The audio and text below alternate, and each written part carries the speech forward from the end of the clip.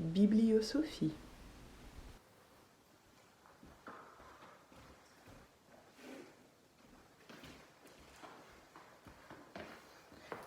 Okay, so here's the thing.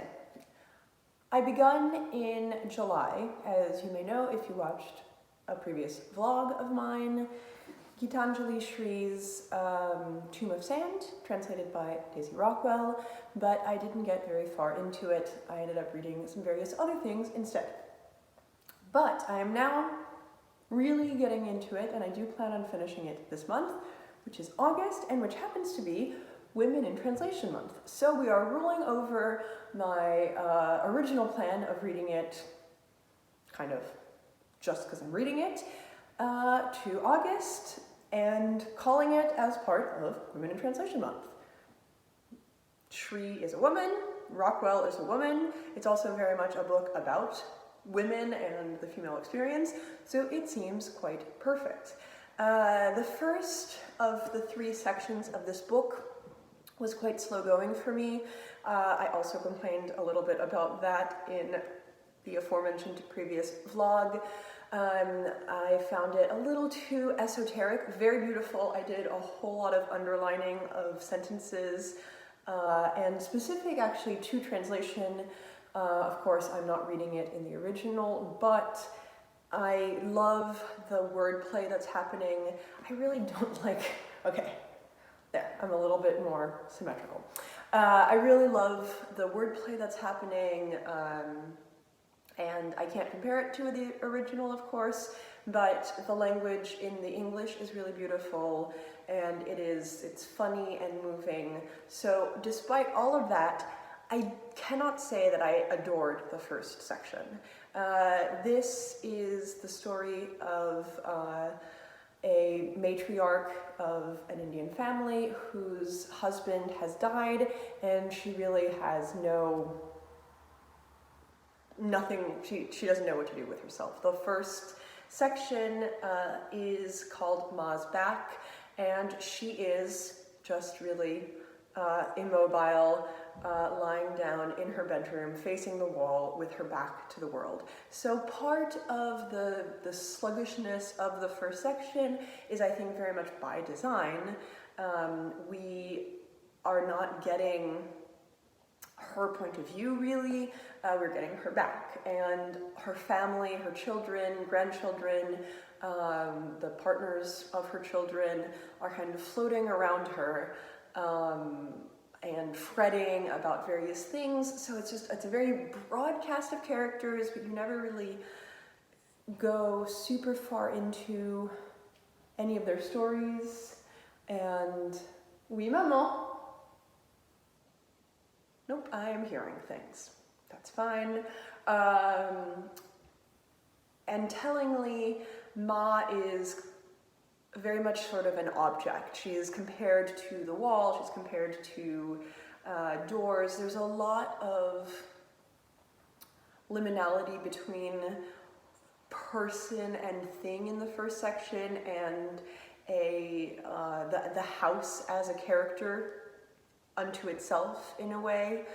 So there's a lot of interesting stuff, and yet it was a relatively sloggy sort of read for me, or I couldn't quite inhale it. Second section, she has moved in with her daughter, and I'm loving it. The chapters are also really short, so I think partially that's why I'm inhaling them so quickly, but I can really see that a lot of resemblances to my own mother-daughter relationship, and the daughter is also kind of getting more and more fleshed out. She was a prominent character in the first section, but it's good to get even more of her because this book is really, I think, going to be about those 2 women, that relationship. And then it's really good to start seeing Ma act like a human being instead of just this prop. So I'm really getting into it. I think this section is going to go by a lot more quickly for me, and also the third section based on how I know the book will progress. So yeah, that's my project, one of my projects, and we're calling it Women in Translation Month.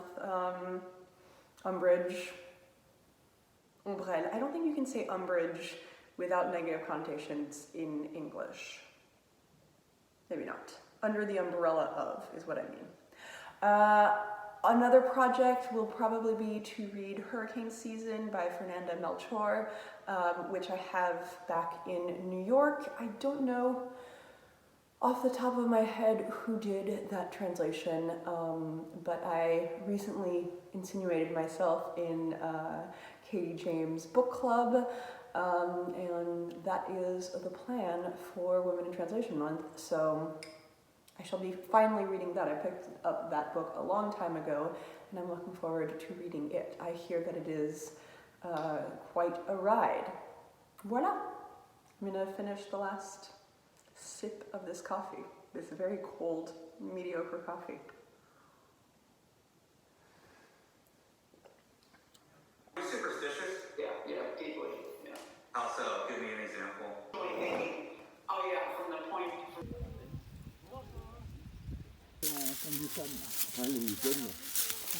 Coucou Newton! Les secours dans les papiers, c'est pas incroyable, il peut pas rester tout seul. Et mon gars dit.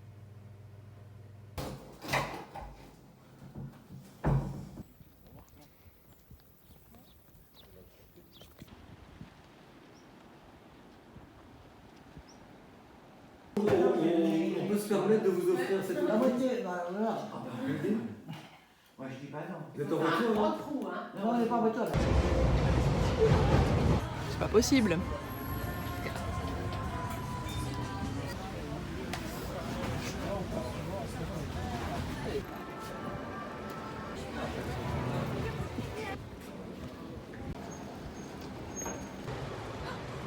Salut!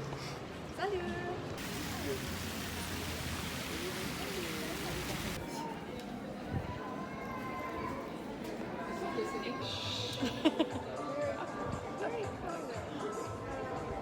If you want to say hello to the camera, it's right there. Hello. And by the camera. This photograph may just be for... I'm sorry, your face is hidden by my ice cream.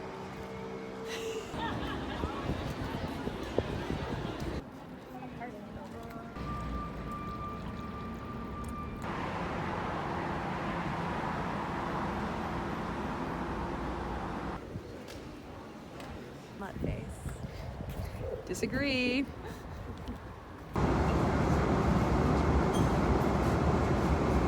I'm back in New York, baby. I have basically not progressed at all in Tomb of Sand because I am incorrigible, and instead finished I think something like 4 books, literally. I'll talk about those at some point, another wrap up or vlog or something.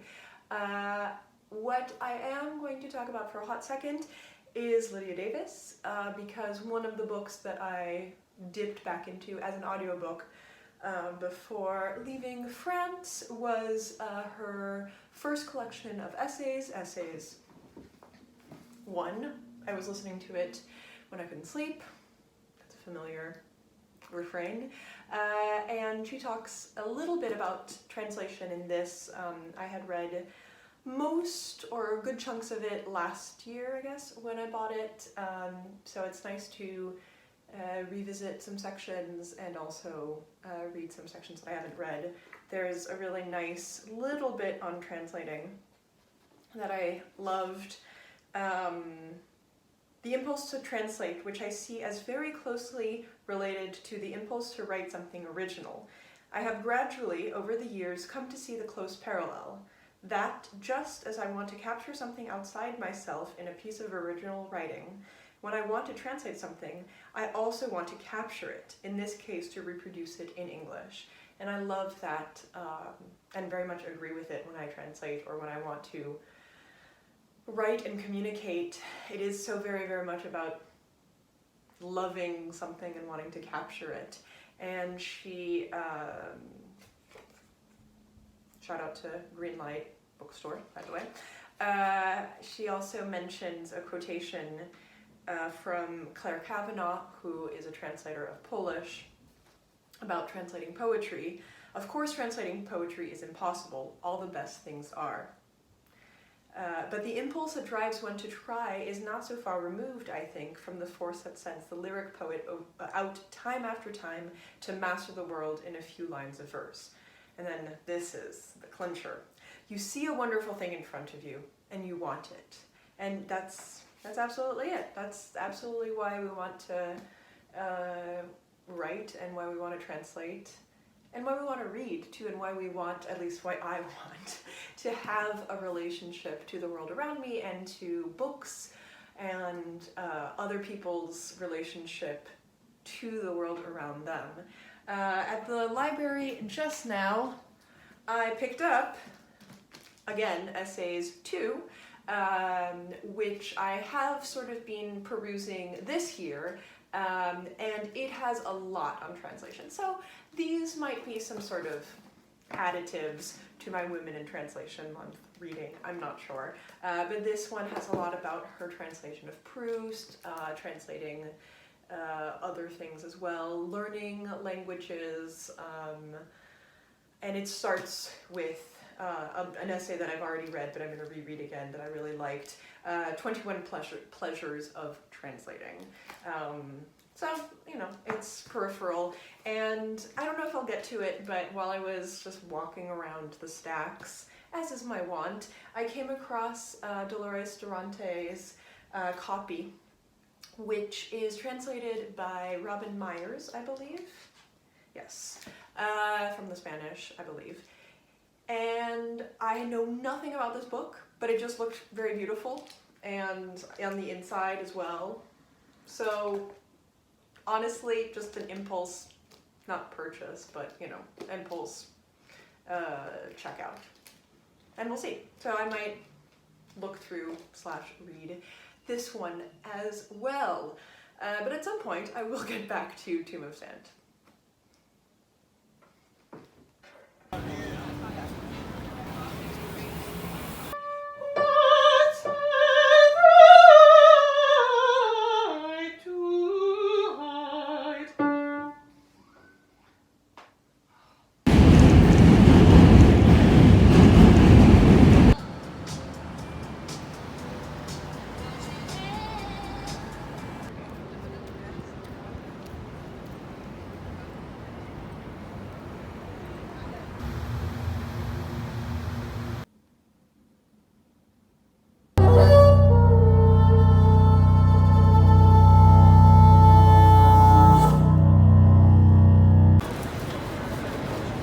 Carnage. Good. Perfect. You get the crunchy bread bits in the Yeah, my little enchanted forest. I am nearly done with Tomb of Sand, and I'm quite moved by it. Not even necessarily by the story contents, although those are very possibly moving, but by the concept of storytelling at all. It's the translator's note at the end of the book that really just now broke me.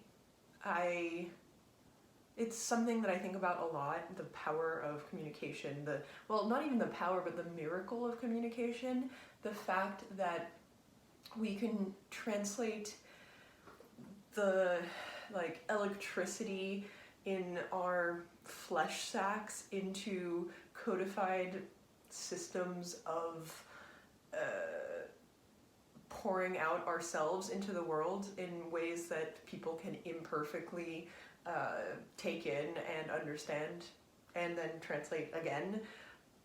It's just a fucking miracle, quite honestly. The wordplay in this book is so wonderful.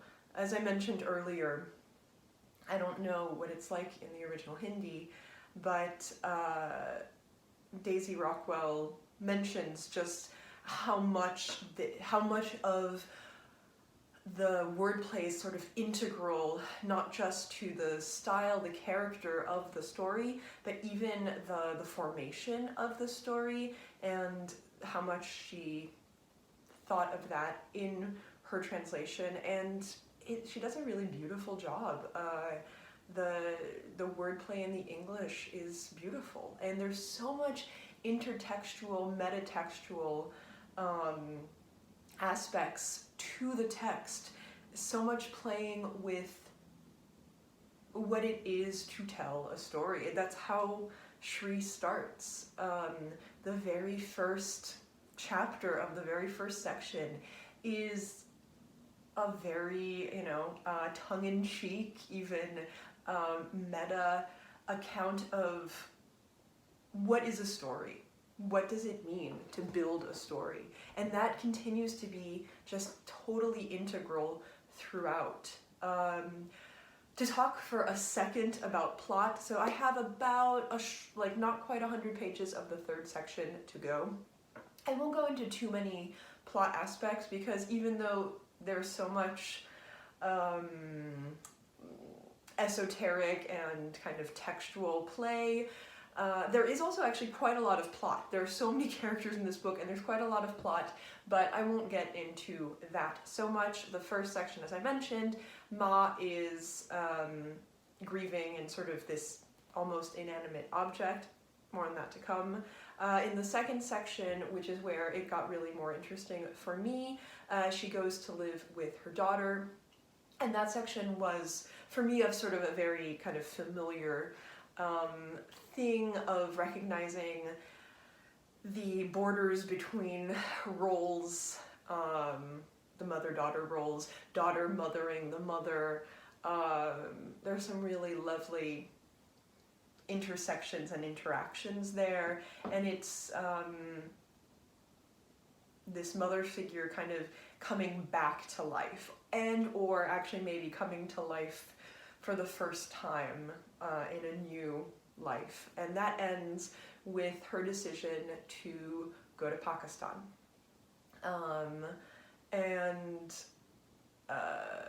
The third section is her trip to Pakistan, her return to a place that she hasn't been since partition, since the 1947 partition between India and Pakistan, and kind of re-finding herself, love, and herself as a person, herself as a woman. So yeah, that's in extremely broad strokes the kind of general layout. And then in terms of some themes that I kind of want to talk about, ideally briefly, who could say?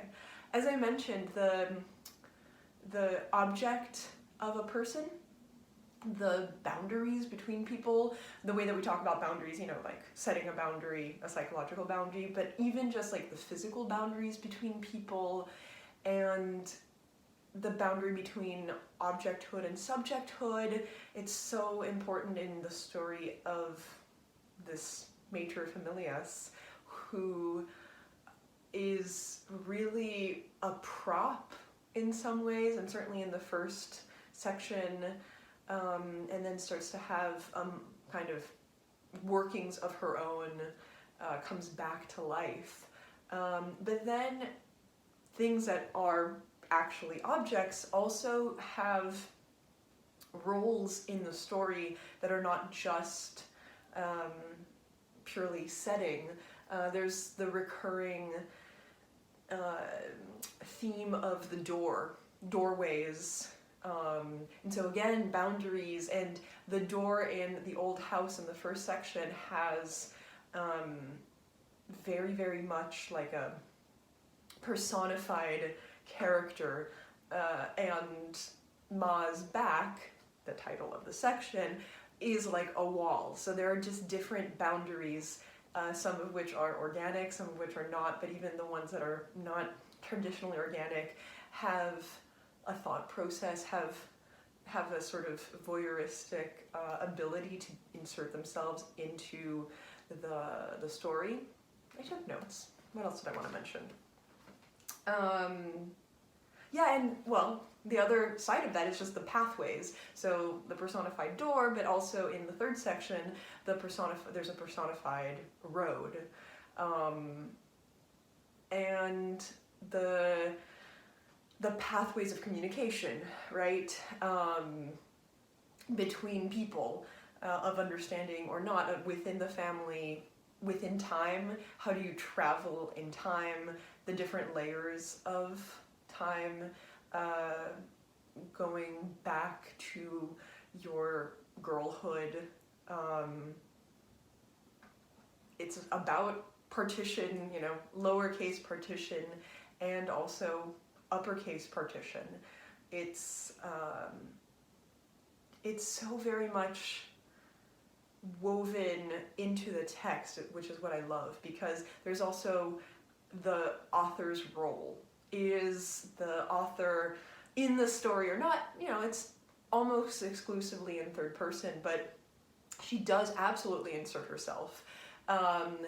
And so where's the partition between the story and the like props of the story, and actually sort of like the door and the walls and the road? There's so much focus on infrastructure.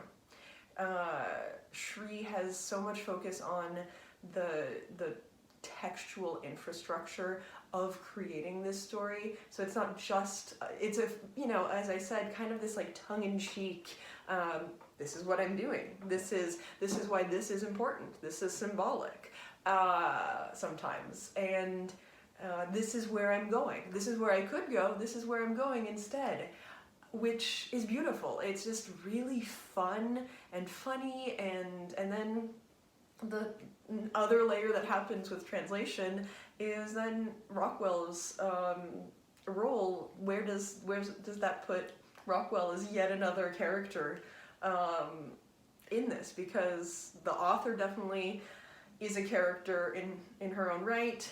Rockwell then becomes another character. Yeah, this is such an impeccable, accidentally, not so accidentally, choice for women in translation, because it is by women, but it's also very much about women, so much about women. And it's also so much about translation on a literal level, but even just on a more symbolic level. Yeah, so I had a relatively lukewarm, a respectfully lukewarm beginning with this book, but I'm emballée, speaking of words that I can't, I'm in it. Speaking of words I can't quite translate currently. Yeah, it's great. So I'll finish it up, and then I'm gonna start hurricane season, probably.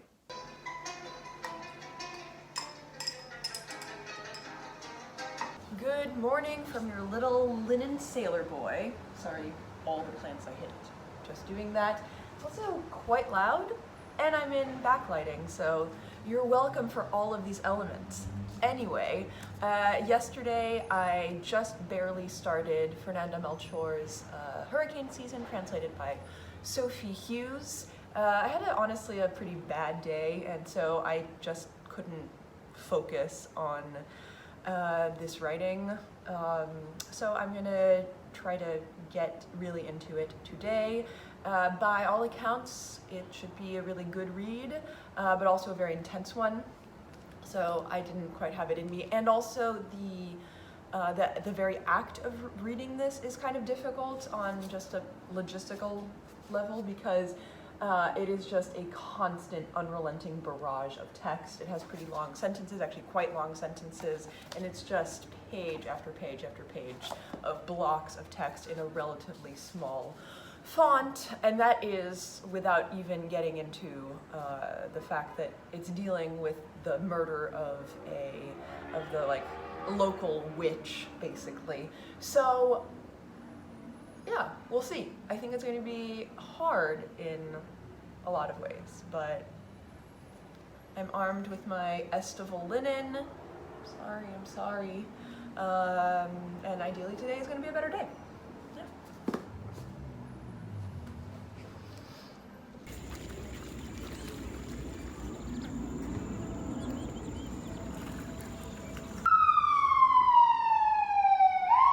Let's wait for this ambulance to drive past.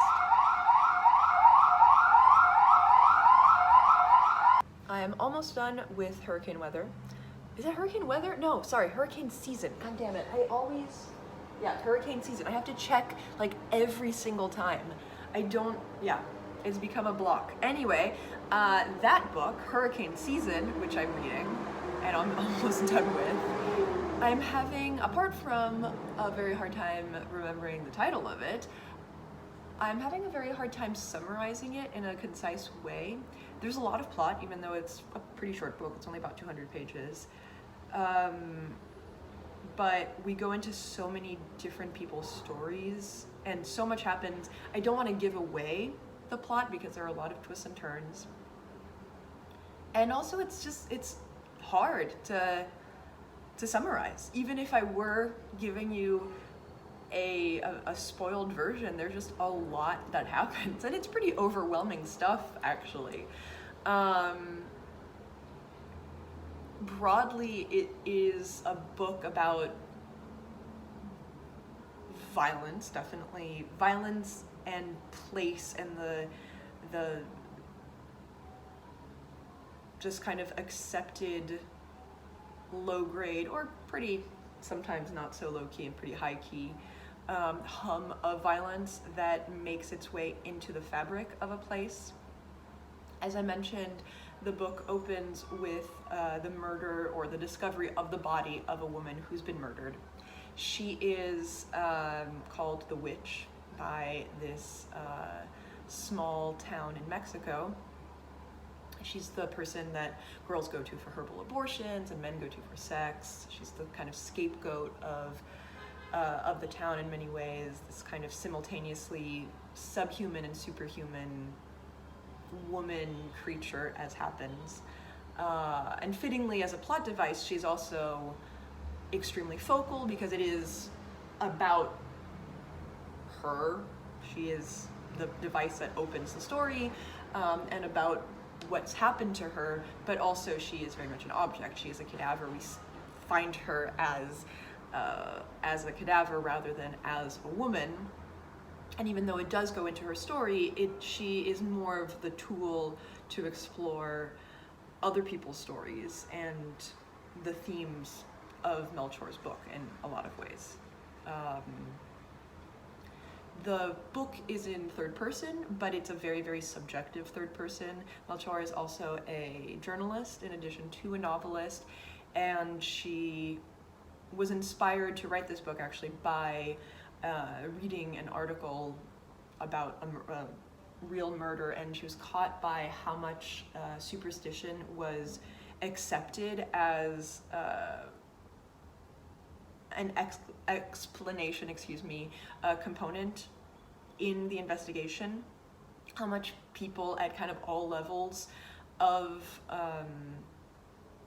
townspeople and law enforcement were willing to have the supernatural as an element in the crime. So instead of writing a nonfiction article about, violence, narco-violence, cartel violence, poverty, sexual violence, or gender violence, and machismo, she's written it as a novel. But it is definitely as a means of exploring those themes in a way that's at once extremely personal and also relatively universal. The characters are extremely specific, and even though, as I said, it's in third person, we're very much in their heads. I was afraid that the large blocks of text would be difficult to get through, make the reading a slog, but it's actually extremely propulsive writing because it is the thought processes of the characters, riddled with town's history, family history,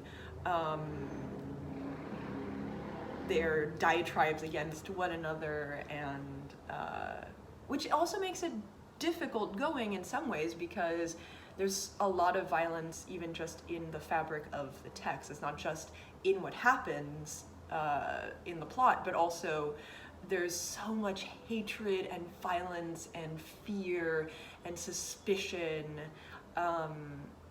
just constantly boiling in the words of the novel and how the story is being told, which I love. I love the fact that the form and content are so well matched together.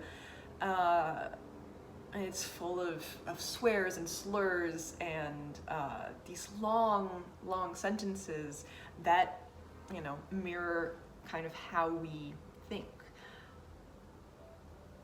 I'm also really interested by the twin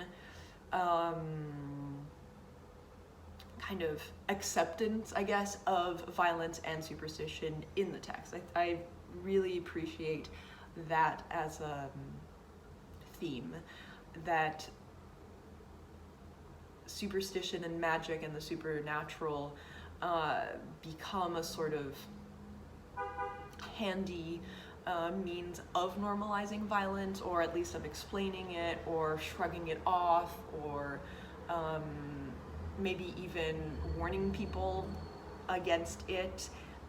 The way in which violence and hatred and fear and desperation penetrate the kind of soil of a place then also is manifested in how people, even more sounds, how people tell the stories of the place, and our need to have certain things be left unexplained and unexplainable, and therefore using kind of the shorthand of superstition and fate and kind of a series of events that are actually too big to contemplate, and therefore it's such a human impulse to assume that it is because of fate, the gods, witchcraft, etc., rather than larger structural impulses. Even if you do know that obviously there is a huge structural component, how much we need to make these just gigantic, ineffable structural ills and realities very, very personal and kind of like reciprocal and petty, and then even larger than, human consciousness by invoking gods and magic. Yeah.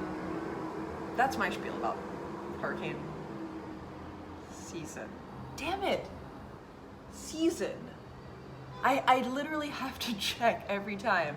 I'm looking forward to talking in more detail about this book in book club. I think it's a really good one to talk about. Yeah, if you've read it, chat with me. Let's talk. Two quick things. Number one, I found this jacket coat thingy on the street the other day while I was walking with a friend, and I really like it, even if it is on the large side of things, but very good stoop find, I believe. Second item, which I forgot to film before, I picked up at the library Polly Barton's 50 Sounds. Polly Barton is the translator into English of a bunch of Japanese books, and this is her memoir about translating and learning language and immersion in language, so, pretty perfect for me in general, and this one in particular. Alright, I'm wrapping her up. It's been long enough. This might be my longest video to date. We'll see how it all shakes out in the editing. Certainly, it's covering a long enough period of time, over 2 weeks, over a couple of different continents, of reading and blogging and thinking and talking. So this is the end. I did read copy by Dolores Dorantes, translated by Robin Myers, and this is, I didn't know what it was going to be. I had not heard of this book, but it is a short book-length prose poem or series of prose poems. What kind of attracted me to it, the setup of it, apart from the fact that the cover is quite beautiful, it has in each section a picture of a dictionary entry with a little explanation, then kind of a longer prose section, and then some shorter prose sections, and then we start up again. Dorantes describes herself as in exile in the United States, and this is, I think, a book about partially that experience. It is about structure and deformation, reformation, integration, disintegration, loss of self, loss of others, interacting with space. There's a lot, maybe that's my my thematic for this whole video, is how much we interact with kind of structural entities, physical structural entities, in language and, you know, in the physical world. I read this a little over 1 or 1.5 times. I wanted to look over it. It's a very repetitive series of passages, sort of this like recursive thing where she is remixing a lot of individual sentences and reusing them within the same short passage, but then also from passage to passage. So there's a lot of copy, and you kind of get this slowly evolving change from the beginning of the book to the end of the book. So I'm really glad that I picked it up kind of on a whim. It also reminded me of a couple of issues of Poetry magazine that I wanted to recommend to you in terms of translation. The February 2022 issue is all poetry in translation, and I found it quite interesting. And May 2022, the theme is Make It Old. Yeah, Make It Old. So it's not exclusively in translation, but some of it is poetry, older poetry that has been kind of translated into a modern lens. I wanted to share one poem from the February issue. This is by, there we are. This is by Irma Pineda.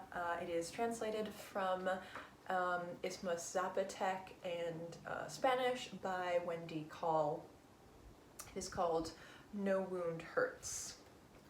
No wound hurts like the silence of those who watch our flesh sliced open, listen, resigned to the crunch of bones, and to show that they care, mop up the spilled blood so that it won't dirty the dawn. So if you can look up some of the poems or the actual issues of this, Poetry has a lot of its poetry online as well. It's worth looking into it. We're kind of coming full circle to the beautiful impossibility of what it means to translate poetry as well. All right, that's enough. Goodbye. Happy rest of your August.